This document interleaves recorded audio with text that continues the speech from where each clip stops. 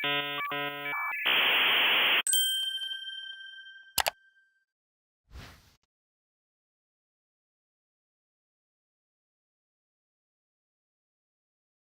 enjoyed Hackcon this weekend? Cool. So, like Swift said, on behalf of the MLH team, we're really, really happy that you all came together this weekend to spend some time to just talk to each other, talk to our team, just so that we could understand how to help you build your communities. So who now is about to organize their first hackathon? That's a huge group of you guys. Give yourselves a round of applause. So I hope that you've been able to meet some folks that have some wisdom of what to do, what not to do. Make sure you get their contact information. Make sure you join the Facebook groups. Email us. Email anybody. The conversation doesn't just stop here. I wanted to take this weekend to kind of reflect back on why we all came here together. Now technology is really moving a lot faster, and it's all up to us to help empower that. We really don't have enough people who are technology advanced. So what you're doing with hosting these hackathons really is helping to bring people to a different level so they can build better and bigger things.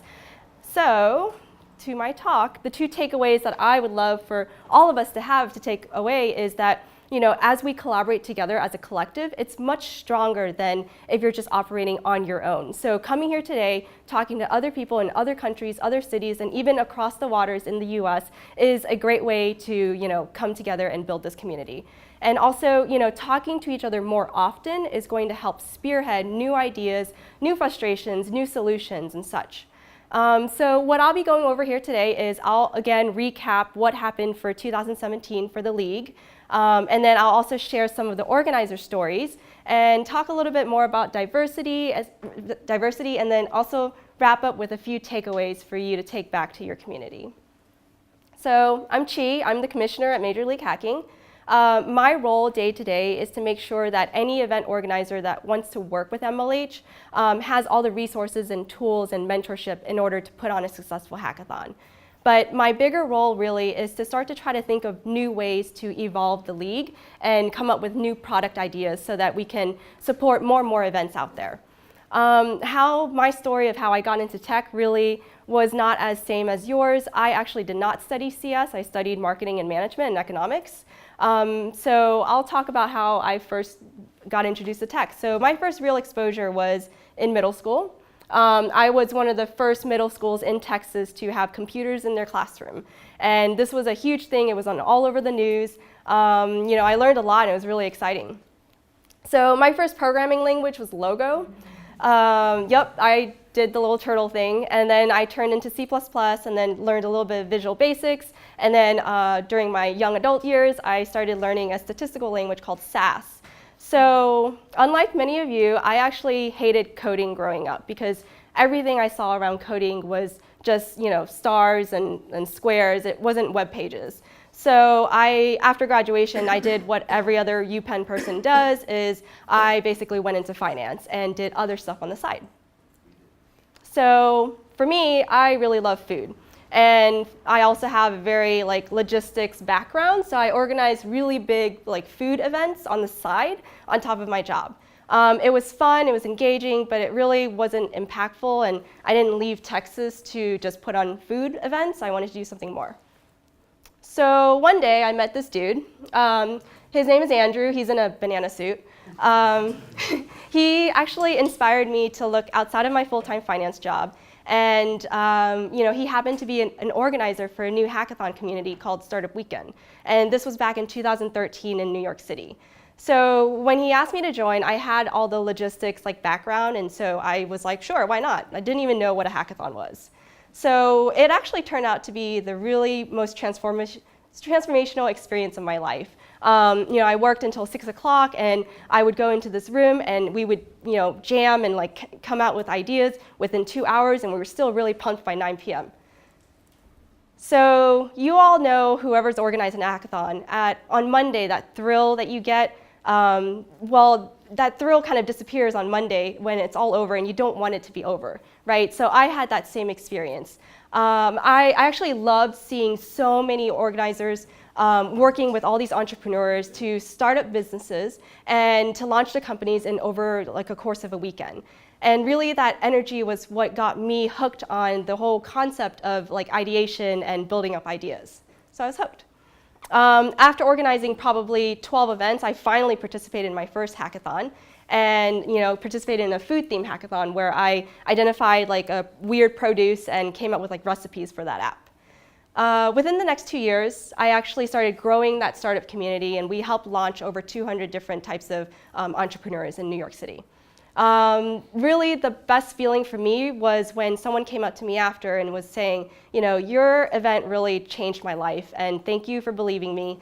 And now they're going off and starting off their own businesses. I loved working with the adults, but then I also realized there's a younger generation out there that also needs just as much help. So things just started falling into place. Swift actually came out to cold called me or through email, and I did not know what Major League Hacking was. And he wanted to share his story of what he was building for the younger generation of technologists. And this was really my first time hearing about this community. So after hearing a couple of different stories and reaching out to Dave Fontenot and some other folks, I learned a lot about like what he was trying to build for not just the US, but for the global like community of technologists. So that's why I'm here today, and to help you, the organizers, continue to build out your hackathon communities in order to make it successful and to grow the global movement.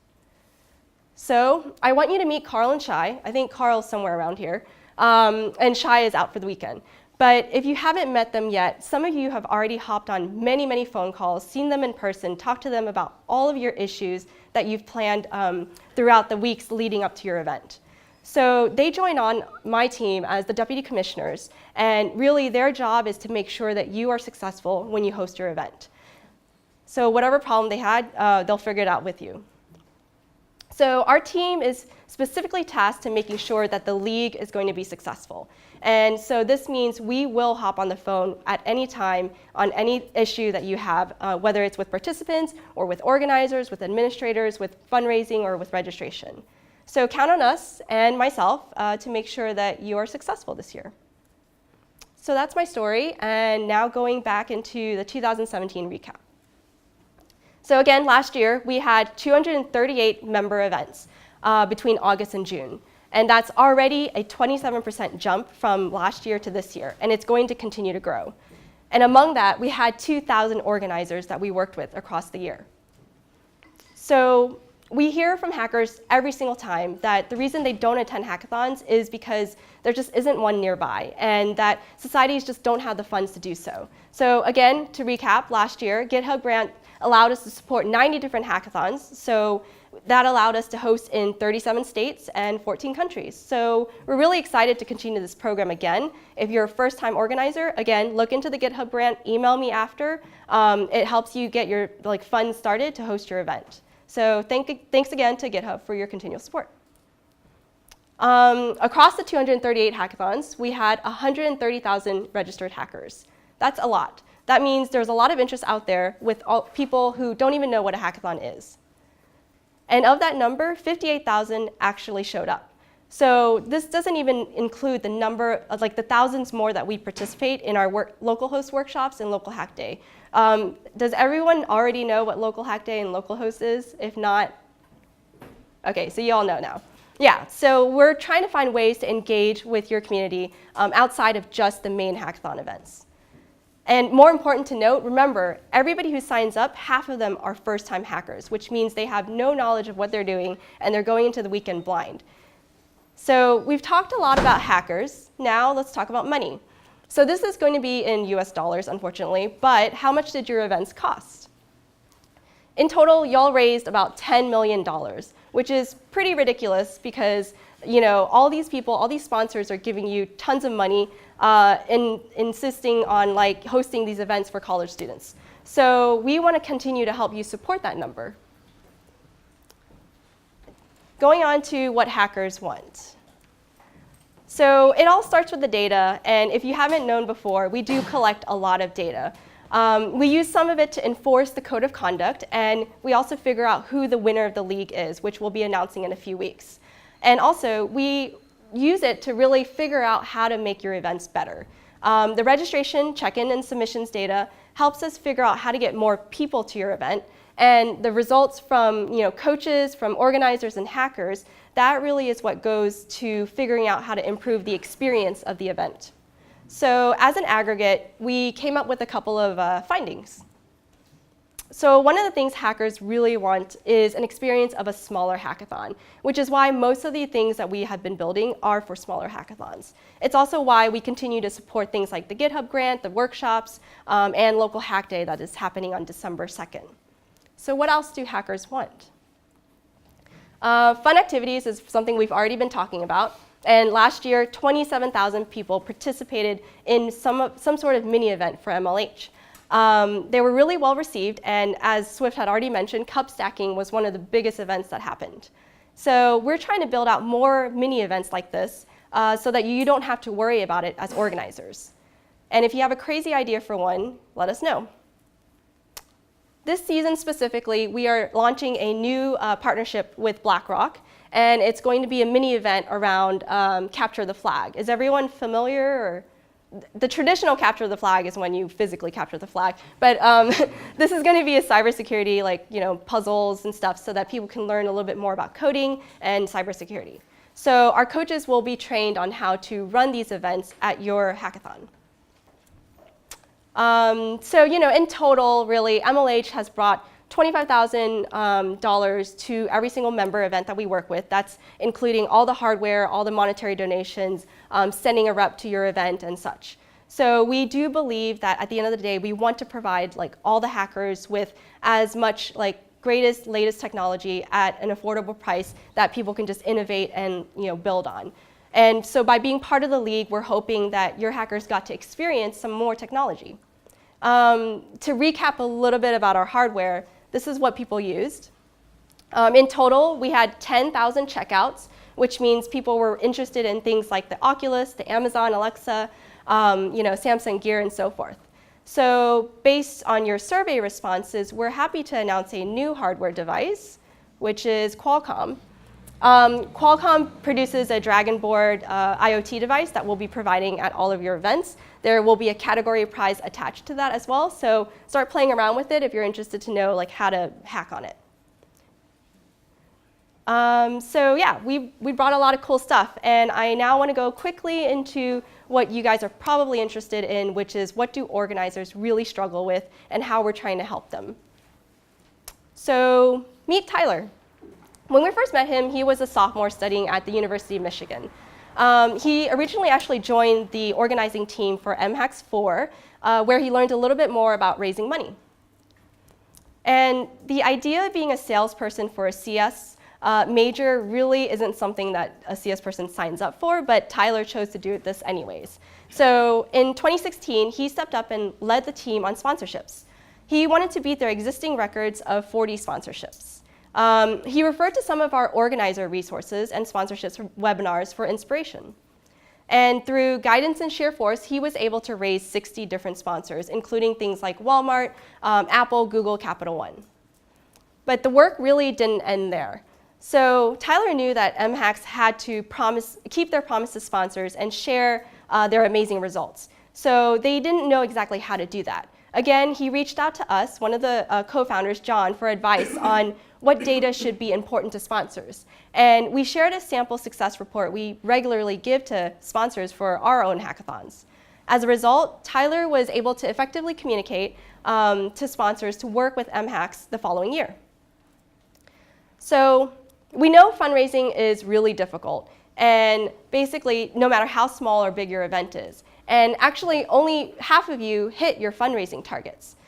We know this because we ask you this number at the beginning of the year on what you actually want to achieve, and we try to get you to that number.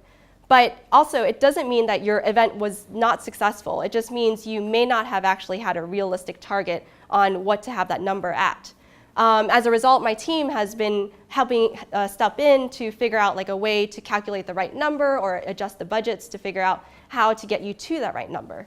So we want to save you time by developing more impactful reports for what your sponsors want to see, and so therefore they'll be more willing to actually fundraise and sponsor for your event. So this season, we're trying to work out a event success report. The number one thing sponsors care about really is being able to explain to their managers how valuable your event was. So because we have a large sample size of all events, we can give you context on how your event does in comparison to the whole league. And we know things like age, major, schools, gender, race, even the way your event experience turned out. And we want to make sure that your sponsors get this information so that they know that what they're investing in actually makes a lot of sense. So this is just an initial prototype based on our MLH Prime event. But you can expect something like this eventually in the next couple of months based on what information you're able to provide us. So switching gears a little bit, I want to tell you another story about a person named Emily. So when we first met her, she was a junior at the University of Alabama studying CS. And unlike MHAC, she didn't have a nearby hackathon to go to. The closest one in Alabama was about 3-4 hours away. She eventually made it to another hackathon out in North Carolina, which is probably, I don't know, like an hour or two flight away. And she had just started learning how to code. She joined a team where she didn't really know anybody at all. But she did end up placing 6th in that competition. And so she went back to the university and wanted to put her school on the map when it comes to hackathons. She decided to do that was to organize her own event for her own school. But she did have a couple of problems. University of Alabama isn't really known for a tech hub, nor did it want to be known for hackers. It wanted to be known for sports. And 2, students didn't really know what a hackathon was, nor did they feel comfortable attending one based on their skill level. So this is when she came to us and when we met her. We learned about her dreams and we advised her on how to get buy-in from all types of people. We helped her with materials so that she could educate people about hackathons from multiple angles. And I remember my first time organizing and explaining what a hackathon was to adults. I even had issues on it on Wednesday, going through immigration, explaining what a hackathon was. So it's still pretty difficult today. Emily ended up talking to a lot of people on and off campus, including administrators and club officials in other universities. The most important step she took really was finding other existing hackathon teams to help her promote her event. So Vandy Hacks from Vanderbilt University is another local university in another state.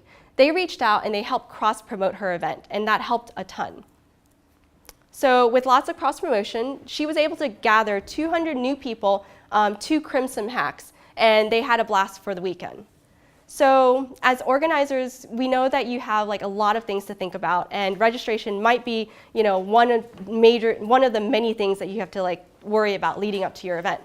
So on our initial call with you, if you become a member event, we usually ask what number do you want to target for your actual event. And then we ask you for that updated number every single month so we can start to track whether you're on target or whether you need our support. So in total, you said you would target about 75,000 attendees across all of the MLH events. We asked for this number in order to figure out how to help you plan everything from food to experiences to sponsors as well. But what you really hit was 58,000. That means you're budgeting and planning to a much larger number, and you're probably ordering a little bit too much food. Your sponsors are also not going to be too happy because they're expecting a much higher number of attendees. So we start off with every call telling you that you will have 50% registration attrition from the time that you open your registration until the time that someone checks into your event. And so we're so confident in that number that we tell you aim for twice that amount. If you aim for twice that amount and you exceed your capacity on the day of, MLH will actually compensate you for the amount that is over that you checked in. So use that as an incentive for your event. When we looked across all of the events, really there were only 21% of our events that hit their actual attendance numbers. And we really want to change this, and this is kind of the focus of our team for this season. So this season, we're not only helping you help raise a lot more money, we also want to help you hit your full attendance capacity, whether your venue can hold 1,000 or 100. So we're helping you by doing this by building a bigger registration pipeline. So we know from a lot of you that not all of your events want 1,000 people. But we know that for your event to be successful, you do want to hit your ideal attendance numbers. So just like you have the power to get people across your local towns to come to your event, we also have the power to support the league of events and share your event with other members in the league. So by having all this information together, we'll be able to help you push your numbers up. So let us know if you're struggling with registration, and we'll get you to that point. I want to move on to my last story, which also kind of relates to one of the questions that someone had earlier. Meet Pablo. He started coding at 14 in his hometown in Mexico, and he attended his first hackathon in Mexico City, and it happened to be an MLH event. It was an awesome experience for that, and he continued attending other hackathons in the US and saw all the great values that MLH was bringing and wanted to bring this type of culture and mindset back to Mexico. But the hackathon culture was very different in Mexico, and he wanted to change that and make it more collaborative and open and inclusive. We met Pablo when he was becoming a big name in the student hacker scene. And so then he started organizing his own hackathon and eventually became an MLH coach. And so as a coach, he then started to travel on our behalf to help the organizers through on their events. So if you're not familiar, it really is a way for veteran organizers to kind of give back and still be a part of the community while nurturing the new set of organizers that come onto the event. So we loved what Pablo was building out in Mexico, and more and more events in Mexico wanted to reach out to us and wanted to work with us. But we have a major problem. We don't speak Spanish. And even though it is an English-speaking event, it was very hard for us to be able to share and give the same level of support to events in Mexico without someone like Pablo to help be the mediator. So we thought Pablo would be a great mentor, and we helped introduce him to new organizers in Mexico and connected them for advice.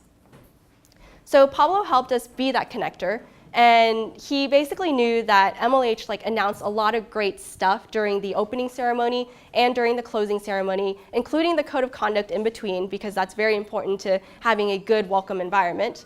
So what he did was he translated a lot of that material into Spanish so that hackers could fully understand the experience of what they're going into for an MLH event. So the league, for me, Carl, and Shai, is really growing, but we're trying to service as many events as possible and keep up with all the demands of you as new organizers. And we know that you've been doing very similar stuff for your community if you are a seasoned organizer. So today, I'm announcing a new mentorship program to connect these veteran organizers to new organizers. And this is a little bit different from the coaches program because this will work with organizers leading up to your event rather than just being there the day of. It does require your help though. It's called the Junior Commissioners Program. I'm still not tied to the name yet, but that's what we're calling it for now. Our team really spends countless hours working with each of you to help raise your money, and raise your dollars, and also hit your attendance numbers, and be kind of the voice of reason to organizers. But we do also want to help more events with the same level of support as when we were just a 5-member league. So as first-time organizers, you all remember how hard it was, right? Who did you talk to? What do you do? I don't even know. The community really needs a lot more mentors, and there's already a lot of them here. So this program hopefully will connect you guys to each other in a more formalized process. What you get in return is the ability to share your wisdom to more organizers in your region, because you all know your region best. So talk to us after if you are interested in participating or giving back, or even have some tips on how to build out this program. So last topic I want to talk about is diversity. We all know diversity is important. It makes the world better because there's more problems that we can identify and then more solutions that we can also bring to the table. One of my favorite parts of this new role right now has been figuring out how to bring diversity to all of your events. So as a reminder, here's what diversity includes. It includes gender and race as one of the major popular ones, but there's also a lot more that we have to talk about as well. So let's look at how diversity exists in our community.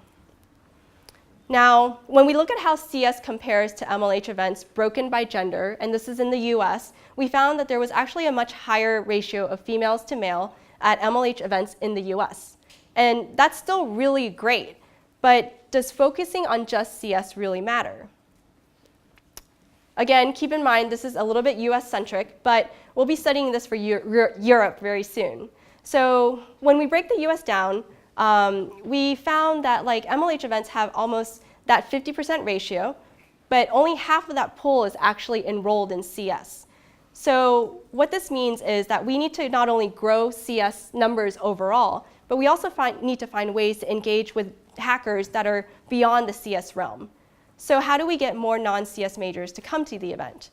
This season, we're looking to partner with new organizations that want to do the same thing, improve access to technology for more types of people. We started to build these partnerships in the US, and we're still looking for ways to partner in Europe. So definitely let us know if there's organizations that you think would be really great to partner with for us to bring more hackers to your event that are more diverse. One that I do want to mention is CSCW. CSCW belongs to Carnegie Mellon University. They're known for having a really inclusive CS program, and they even wrote a book about it. And so a team of researchers from the School of CS went to Hackcon North America last year and talked to us about how to make the experience for hackathons more diverse and more inclusive. And so after talking to them, we're trying to figure out ways to like change the experience of hackathons, study the data, and figure out like ways to make it more welcoming to people who are not always technical. So ultimately, we do want to enhance like the sustainability of open source software, and we're hoping that changing that experience will help aid in this. All right, so I know that you guys are fading a little bit, but we're near the end. So 2017 has been pretty amazing. Whoever has been a member event, you all did an amazing job. Whoever's hosted their own hackathon, awesome work. Talk to us if you still have any questions. You can still reach out to us and email us. But really, we want you to do more. We want you to mentor to become a better, or become a mentor so that you could become a better organizer as well. We want to help you with fundraising. We want to get more hackers to your event, and we want to make your event more diverse. So some final takeaways. If you haven't figured out this weekend yet, your success is our success. So we really want to make sure that your hackathons are successful. If you're the organizer are successful, then we at MLH eventually are successful as well. So help us understand what issues you face and talk to us after on how we can maybe help improve that. Number two is also we joined the league not to exist as an individual, but as a collective. And by coming here today, this weekend, you all have achieved that. So really, take a look at all the information that you've gathered this weekend and come up with results on how to maximize like the solutions around it. Number two, make sure you mentor each other. Whether you're new, you're young, you're old, you're seasoned, you all have something to share. So make sure that you take the time to mentor each other. The coaches program is a great way to do it. The junior commissioners program is also a great way to do it. And also the campus experts is another great way to do it. Whatever way you can do it, you need to have an obligation to give back and train that next generation of leaders. And number three, hackers are not just in CS, they are everywhere. Make sure that you're aware of that and bring them in and make them feel welcome. Our audience of technologists could be really even bigger, and we're hoping that you will help spearhead some of that. So at the end of the day, again, our mission is to empower hackers, and we really thank you again for this weekend. I'm Chi. Come to talk to any of us after and email us if you have any other questions. And thank you.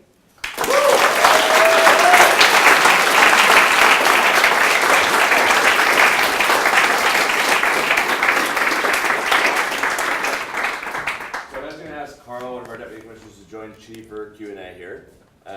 We've got a couple of minutes here for any questions that you have for Chi or Carl in the league. Yes? I have a question.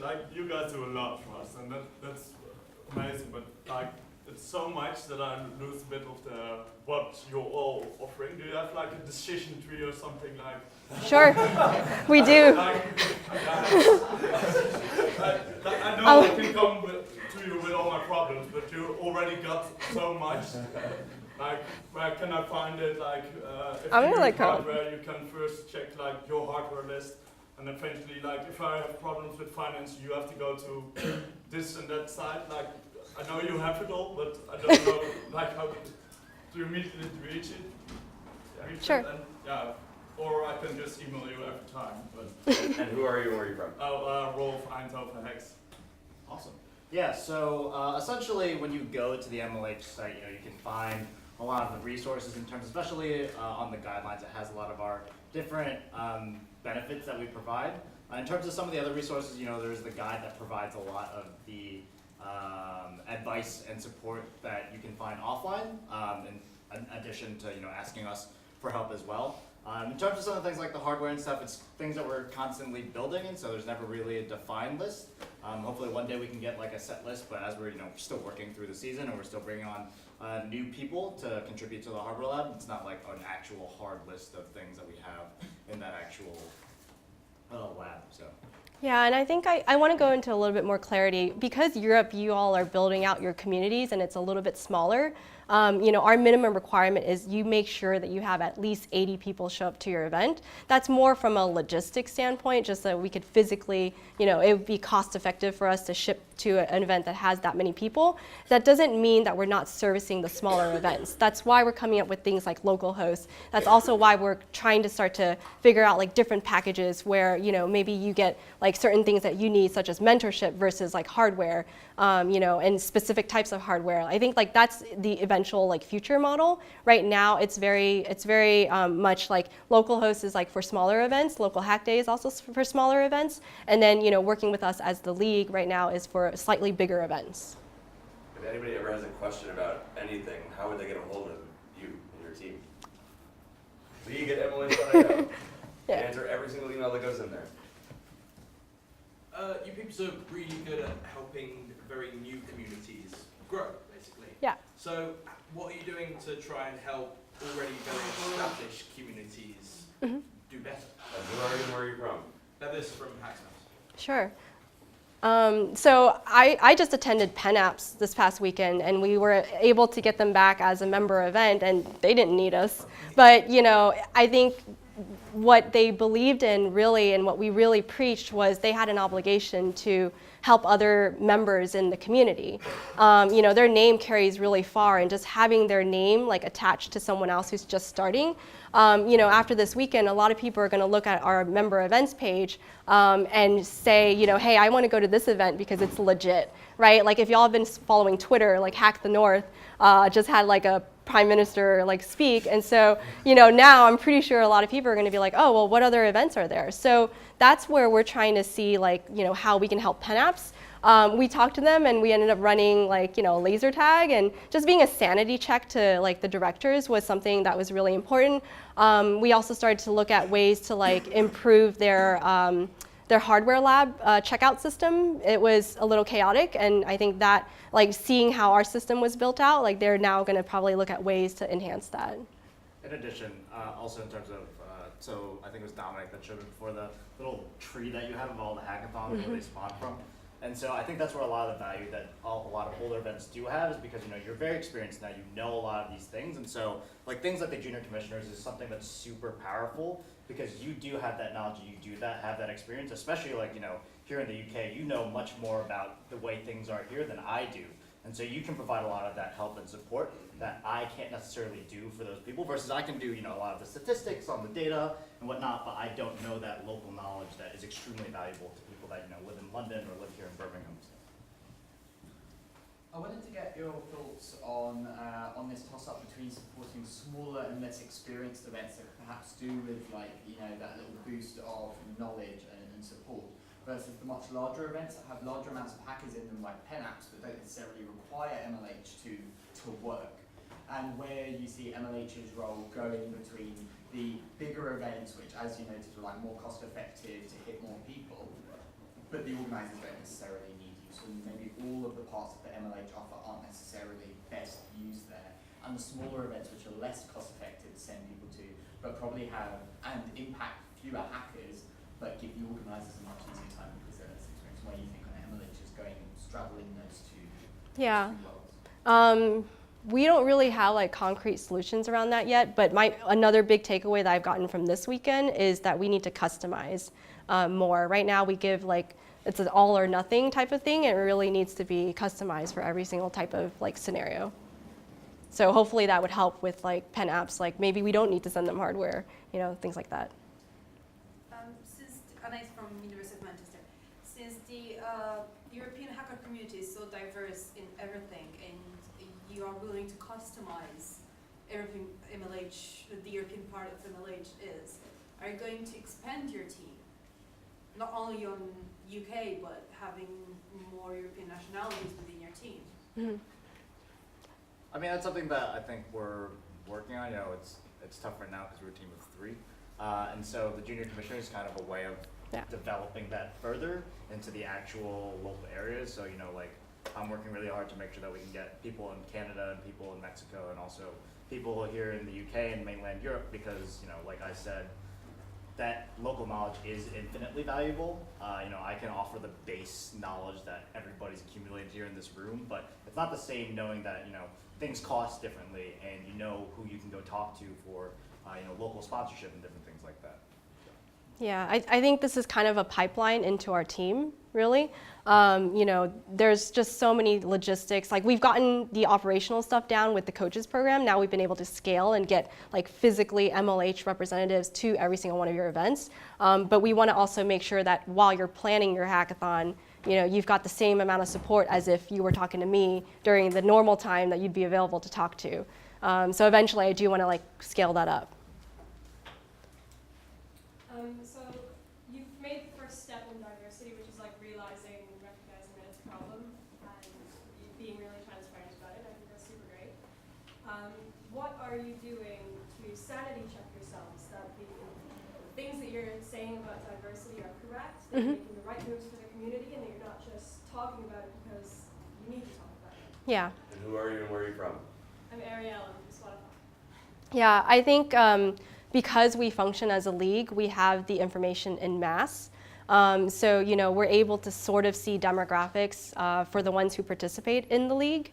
And so from that, we've been able to kind of figure out like whether our initiatives are working. Like at the end of the day, you know, when we see the numbers and we see the demographics and they start to change, like we feel like we're making progress there. I don't know if you have more to add to that, but either one.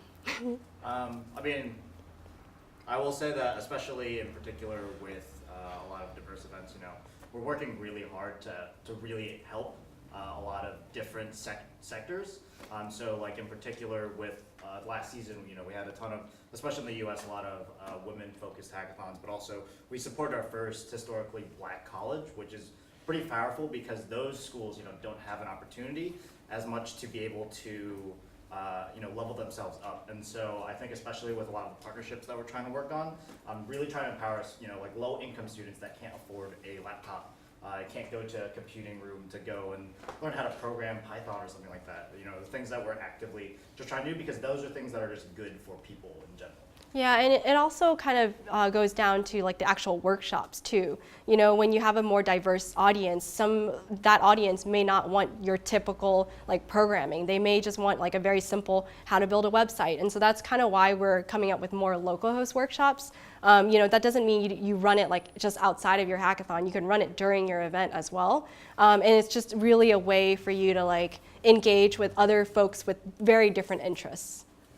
You mind if I jump in? Sure. Yeah, I think one thing I would definitely say is like we are not perfect at this, and nobody is, right? The truth is, this community and the wider tech community is still figuring out a lot of stuff on diversity, and there's a lot of best practices that are surfacing and a lot of things that are changing.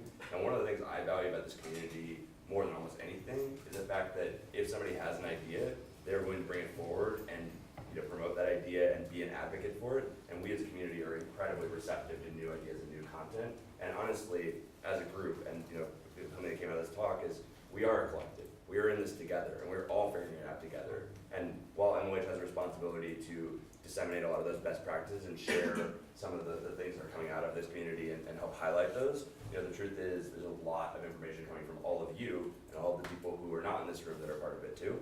So I think, like, you know, it's come a long way, and diversity as a topic, along with even just, you know, organizing student communities or organizing communities in general or planning events, a lot of things that are changing constantly, and I think that is the best part of this, and the fact that it is always changing, and the fact that we are all figuring it out together is the thing that makes this really powerful and, you know, helps us get to the right answer eventually, which is where we want to be.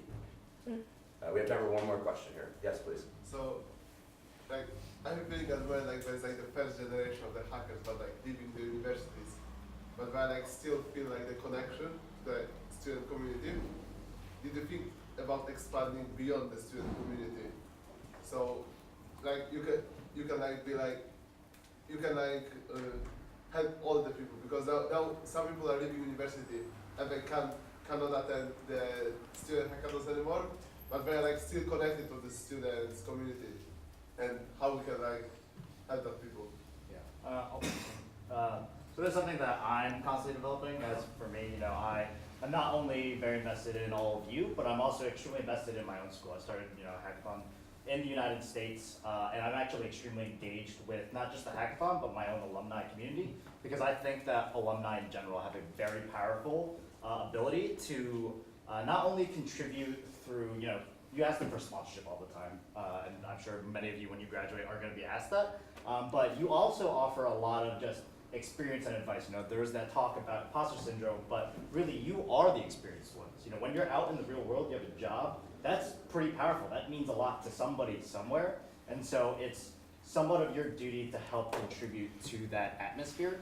And so one of the things that I really want to try and do is find ways that we can engage, especially with a lot of events in the US now. A lot of students have gone on and graduated from their universities, and they have these awesome jobs at Microsoft and Facebook and Amazon. They have this incredible opportunity that they can go and support the students at these schools. And so I want to try and find a way to get them to start contributing back to the actual community, either just by supporting their own events, in Seattle or San Francisco, or if they can, setting up donation programs. It's a very popular thing in at least United States colleges, donation programs back into your communities.